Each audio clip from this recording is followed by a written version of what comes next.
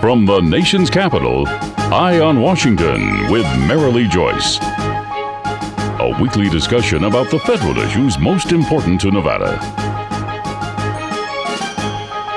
And now, from Washington, D.C., here's Marilee Joyce. Good day to you. I'm Marilee Joyce, and this is Eye on Washington, the only statewide Nevada news program produced in Washington, D.C.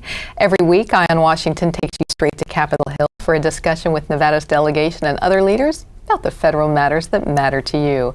Today's topic, serving those who've served us in uniform. We'll find out what one Nevada leader says needs to be done in Congress to meet the challenges facing today's veterans. And she is my guest today, Nevada U.S. Congresswoman Dina Titus. Thanks for being here again. Thank you for having me.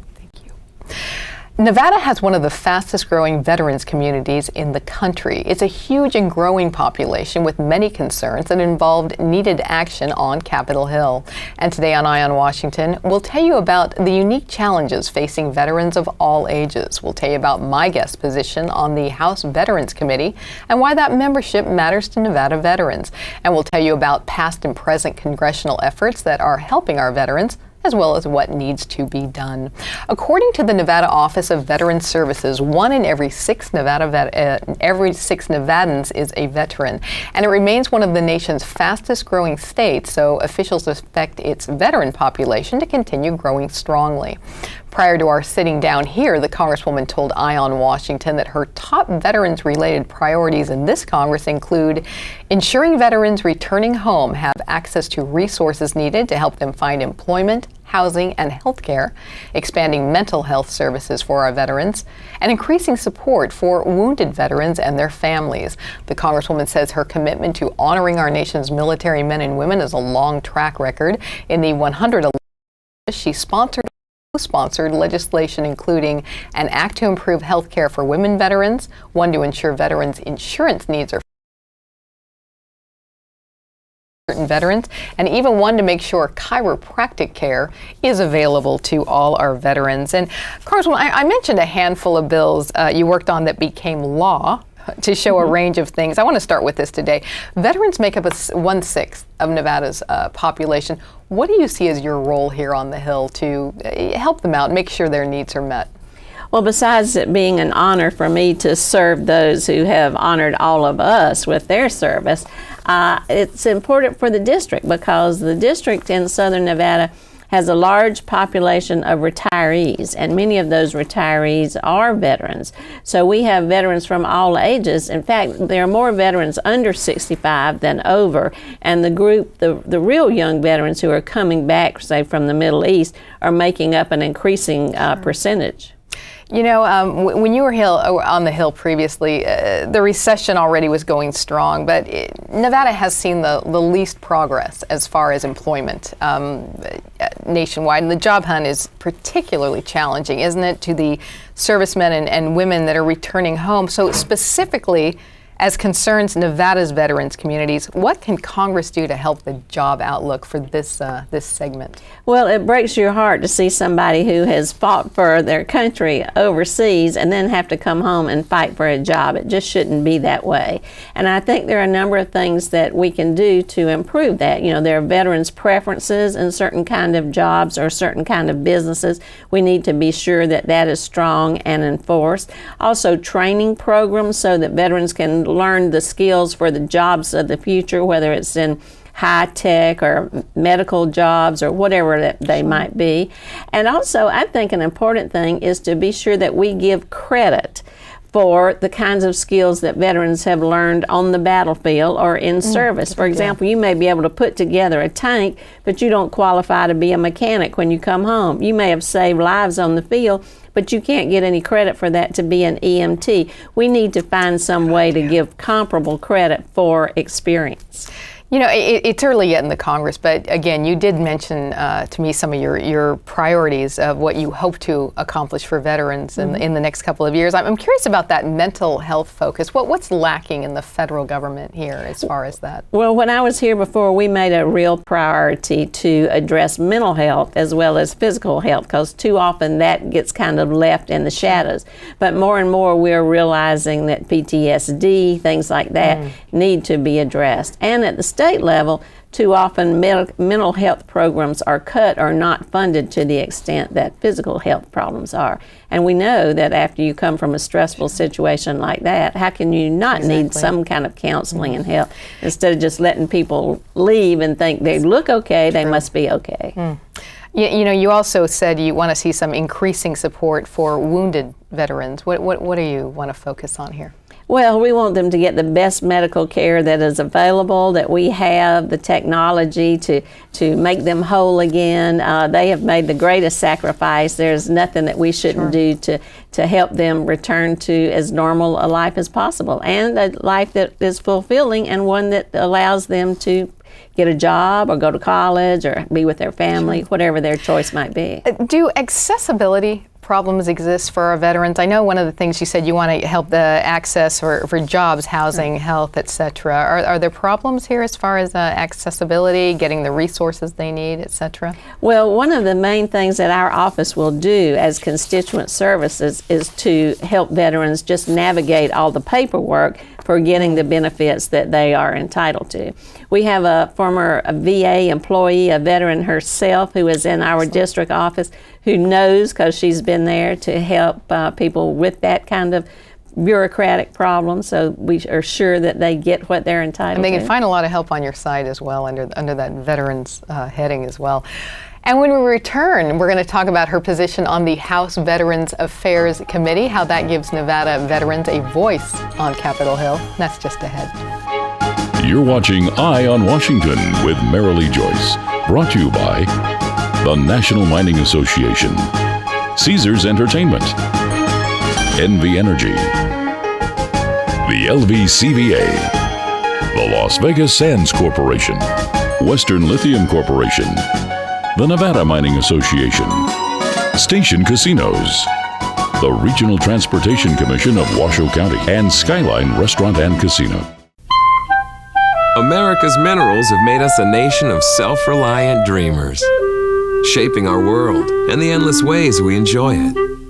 But red tape often forces us to import more than half the minerals we depend on. Minerals we already have. We don't import our dreams. Shouldn't that go for our minerals too? The National Mining Association. Learn more at nma.org. Eye on Washington with Marilee Joyce is Nevada's top source of federal news on television and on radio. But if you want even more Nevada-focused news from Washington, you need to subscribe to our Nevada's Washington Watch newsletter. Nevada's Washington Watch is the only publication that links Nevadans to Capitol Hill. Like our Eye on Washington program, Nevada's Washington Watch keeps you in the know on all the top federal issues that impact you, your family, and your business. Subscribe today at joycecommunications.com. That's joycecommunications.com. All of us at Caesars Entertainment have something we want to say. Play responsibly. Play responsibly. We don't want you to gamble if you've had too much to drink. You shouldn't gamble if you're lonely or depressed.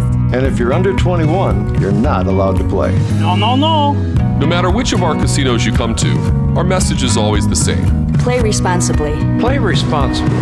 Play responsibly. We know you're coming to our casinos to have a good time, and we always want you to leave feeling like you did.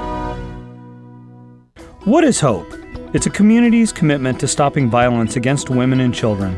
The Shade Tree Shelter continues to keep its doors and hearts open 24 hours a day to offer help, healing, and hope to women and families in crisis.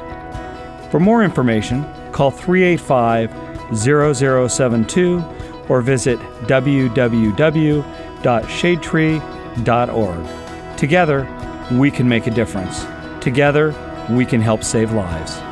And welcome back to Eye on Washington and our discussion of One Nevada Leader's ideas on how best to serve our veterans from Capitol Hill. We've been talking to her. Her name is Nevada U.S. Congresswoman Dina Titus. When you consider that almost 340,000 veterans call Nevada home, it might be a very good thing that both my guest and her colleague Congressman Amodei serve on the House Veterans Affairs Committee, adding two strong voices for Nevada veterans here on the Hill. The Committee on Veterans Affairs is the authorizing committee for the Department of Veterans Affairs. That means my guest is among those members who recommends legislation expanding, curtailing, or fine-tuning existing laws relating to veterans' benefits. It also has oversight responsibility, which means monitoring and evaluating the operations of the VA. You might call it the voice of Congress for veterans in dealing with the VA. Among its broad jurisdiction, compensation, vocational rehabilitation and education of veterans, veterans hospitals and medical care and treatment of veterans, national cemetery, readjustment of servicemen to civilian life, and pensions of all wars. Basically, Congresswoman, it's veterans affairs generally. And you served on this committee when you were on the House a couple years ago. You have experience with a lot of experience here. What I want to start with, what does oversight of the VA entail? Well, we want to be sure that the VA is working efficiently and effectively, and that the money that's appropriated is going to the service people in the areas where they need it. Sometimes any bureaucracy may get bogged down in trying to too much paperwork, or the right hand not knowing what the left hand's doing. We want to be sure that doesn't happen. Are there any examples of VA actions that maybe in the past you found lacking and necessitated action on your part on the committee? Well, I'm the ranking member of one of the subcommittees because of the seniority that I have. And a recent hearing that we had looked at the VA and how it treats temporary disability, to be sure that the people who have temporary disability, if it becomes permanent, then they are paid for permanent. Those who don't have it become permanent but are cured or healed or whatever, then they transition into a different category, because there's been very little oversight of that. Some people are getting underpaid, others are getting overpaid. We need a more clean-cut policy, and that's just one little example. You brought up the subcommittee, so let's take a look at that. And they're both particularly important to a economically struggling state like Nevada. One is, as you said, you're the ranking member on Disability Assistance and Memorial Affairs, and you also serve on the subcommittee on economic opportunity. Let's start with that latter. Well, the economic opportunity fits with what we need in Nevada. We need to create jobs, and veterans need jobs, so it's a perfect match. Sure. Anything that we can do to train veterans, to retrain veterans, to help them go to school. You know, we expanded the GI Bill to veterans of recent conflicts, to be sure they get that kind of credit that I was mentioning earlier, that they get into apprenticeship programs. I want some veterans to come and do internships in my office so that they can see how government works, because they have a lot of qualities that make them good in management, great and responsible employees, and I think good public servants. So we'll see more of them running for office, I imagine. You know, as you said, you're the ranking member of the Disability Assistance and Memorial Affairs. Since you served on the committee previously, did that kind of help you to get that top position there on that subcommittee? Well, coming back as from the 111th Congress, then I get some seniority back, and so I was able to get that position. And I'm very proud of that, and I will work hard. Big for Nevada. Yeah. That's fantastic. You know, again, just a little bit more on this economic opportunity. You know, unemployment remains unacceptably high in Nevada, and sure you know that as a Congresswoman better than most people. What actions does the committee, what has it taken in the past? What needs to be done to sort of help that? Well, I think the main thing is that you just can't forget a veteran. When a person gets out of service, you've got to be sure that they're able to transition into civilian life. And a big part of that might be education, it might be job training, it might be apprenticeships. And so you can't just cut somebody off, you got to follow them through so that they are successful. And if you don't do that, then they fall through the cracks. Look how many veterans are part of the homeless population, for example, or they have a mental illness that's not being addressed so that they can get a job. I think it's all about follow through for the veteran and for the veteran's family. All right, thanks. When we return, a focus on two issues that Nevada veterans care greatly about. That's just ahead.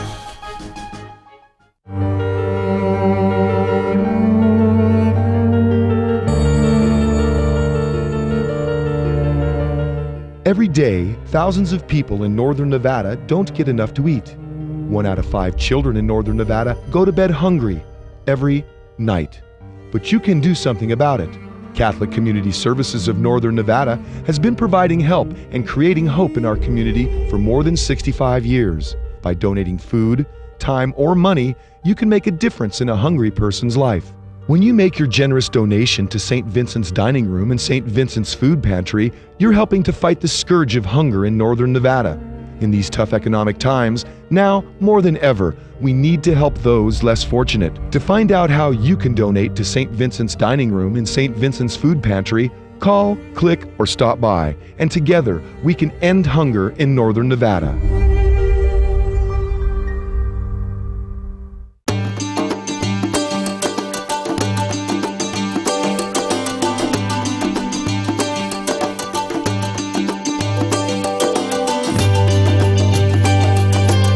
Thanks to an ongoing commitment by America's mining companies, more than 2 million acres already have been reclaimed. To learn more about reclamation or other aspects of mining, visit nma.org, the National Mining Association.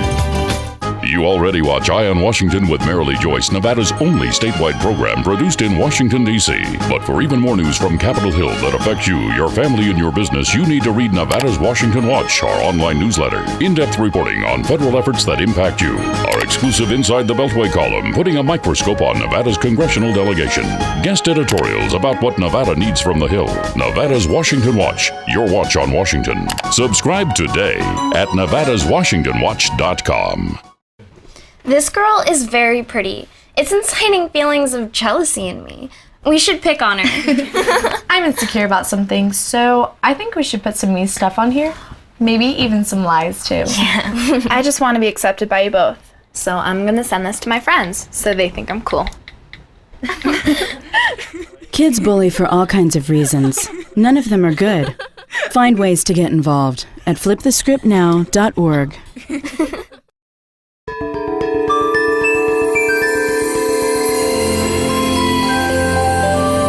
How will new energy technology make our lives better?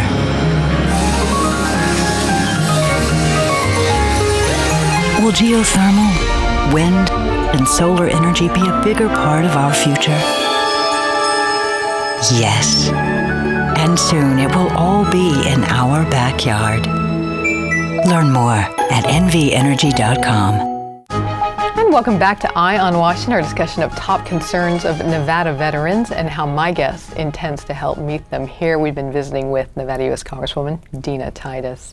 Let's focus some more this segment on two issues particularly important to Nevada's and this nation's veterans, and that's health care and education. Regarding the former, probably the most exciting health-related news for Nevada veterans recently was last summer's opening of the VA Southern Nevada Healthcare System Medical Center. It's an issue my guest worked on when she served here in the 111th session. It has 90 inpatient beds, a 120-bed nursing home care unit, an ambulatory care center, and space for Veterans Benefits Administration offices. Wounded warriors have special needs, and another action during the 111th was the passage of the Caregivers and Veterans Omnibus Health Services Act that supports those caring for seriously injured veterans. It expands health services for veterans in rural areas, women veterans, and homeless veterans. Our delegation has worked to open community-based outpatient clinics. A fully operational clinic is in Fallon, and there are clinics operated bi-weekly in Auburn, Minden, Susanville, and Winnemucca. And then there's education for our veterans, especially important in a time when continued high state unemployment rate and at a time when more and more employers are seeking those specialized skills.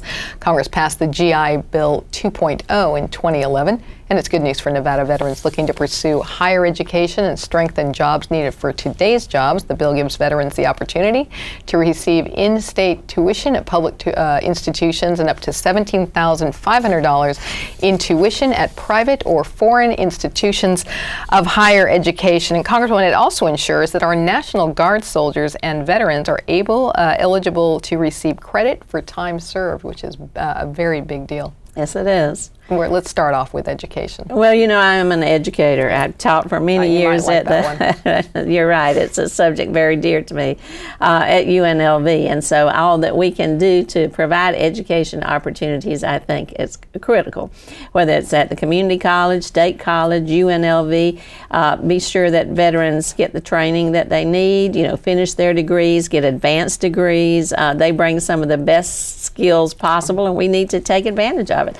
You know, you touched on this a little earlier, but now we're tying in education. I want to know, how important is that, the GI Bill, and education in general for our veterans, especially in this rough economic climate? Well, you know, if you can't get a job, many people go back to school. They take advantage of that downtime to get different skills or get different degrees and to get ready for when the economy changes. And you see a lot of that is happening, especially because the economy of Las Vegas is getting more high tech. Even in the existing industries like gaming, there are a lot of opportunities for high-tech jobs. We're also becoming more of a center for medical research. You know, you've got the Cleveland Clinic there, and the medical school is expanding. So things that we can do in those areas, I think people can take advantage of by going to school. And many of the soldiers who have come back from the Middle East in these current conflicts now are included in the GI Bill. And we know that originally the GI Bill was a lifesaver for so many of our veterans. Yeah, you consider more than 2 million men and women have just come home from Iraq and Afghanistan. A lot of them are looking for jobs, so... Let's switch over quickly to healthcare. That Las Vegas Veterans Hospital, you worked on that in 2009, and previously the 250,000 or so Southern Nevada veterans, they had to go to multiple health facilities to get their care they needed. It's pretty exciting. It's all in that. Oh, it's wonderful. It's a state-of-the-art facility. It's not in my district, but of course our veterans go there, and people will come there from all around. It's still not finished. They still have to complete some of the different services that they hope to offer, but it's a wonderful facility. We worked hard to get a clinic also in Laughlin when I was there, so that people in Laughlin don't have to come all the way to Las Vegas or go to Arizona. So some of these rural ones that you mentioned are helpful as well. You know, we are going to wrap up the segment, the part of the show on veterans. So let me ask you, what other veteran matters have we not gotten to today that are important to you to accomplish or focus on in this Congress? Well, you know, I did a lot of work on disability services when I was in the state legislature, so I'm glad I'm chairing that committee, because sometimes disability is something for a lifetime that you have to just, it changes your life and changes your family. So we want to be sure that that is properly addressed. And you know, we have the Veterans Cemetery in Southern Nevada, and we want to be sure that our veterans are honored with proper burials.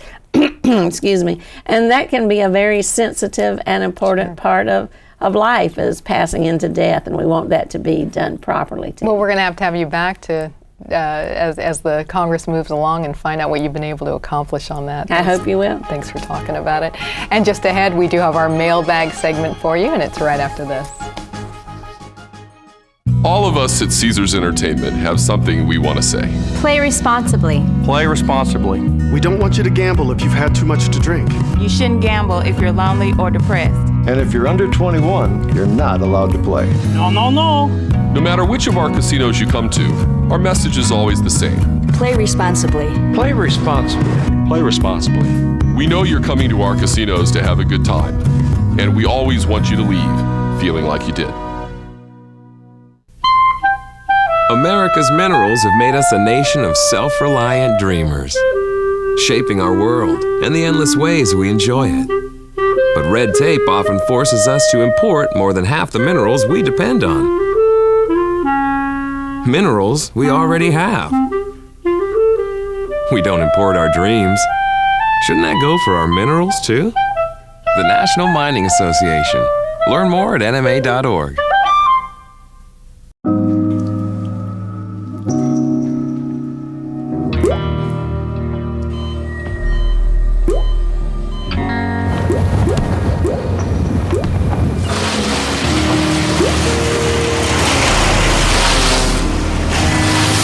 There are a million places you'd never consider texting.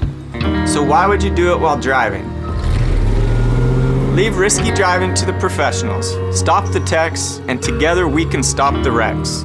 You already watch Eye on Washington with Marilee Joyce, Nevada's only statewide program produced in Washington, D.C. But for even more news from Capitol Hill that affects you, your family, and your business, you need to read Nevada's Washington Watch, our online newsletter. In-depth reporting on federal efforts that impact you. Our exclusive Inside the Beltway column, putting a microscope on Nevada's congressional delegation. Guest editorials about what Nevada needs from the Hill. Nevada's Washington Watch, your watch on Washington. Subscribe today at nevadaswashingtonwatch.com.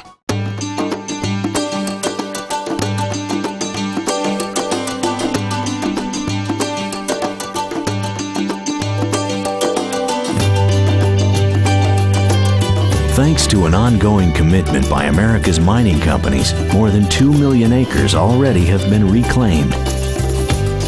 To learn more about reclamation or other aspects of mining, visit nma.org, the National Mining Association.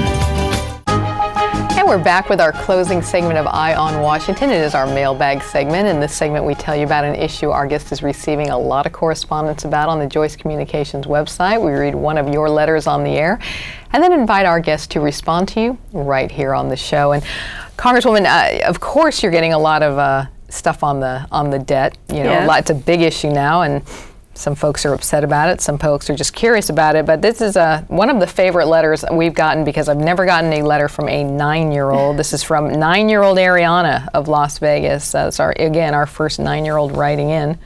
We welcome 9-year-olds. You sure? She writes, voters someday. Dear Congresswoman Titus, there's a lot of talk in the media about the debt ceiling and the importance of raising it, but I can't find any information about why it matters so much. Can you explain why it's important and what bad effect happens if it isn't raised or fixed right now? Thank you for your time. See, she's polite too. What do you say to a 9-year-old? That's a pretty Ariana? Sophisticated question for a 9-year-old. I want her to come be an intern in my office when she grows up a little bit. Well, you know, the issue of the debt ceiling has been put off until May. We were going to address it in January now. It's in May. And what many people don't realize is that this is paying for previous debt. It doesn't have anything to do with future debt.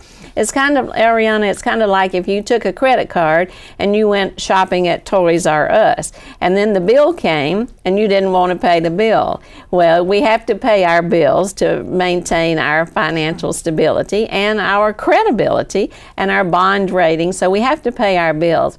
Now, addressing future spending is a whole different question. Do we need to cut spending and be more frugal and be more balanced in our approach?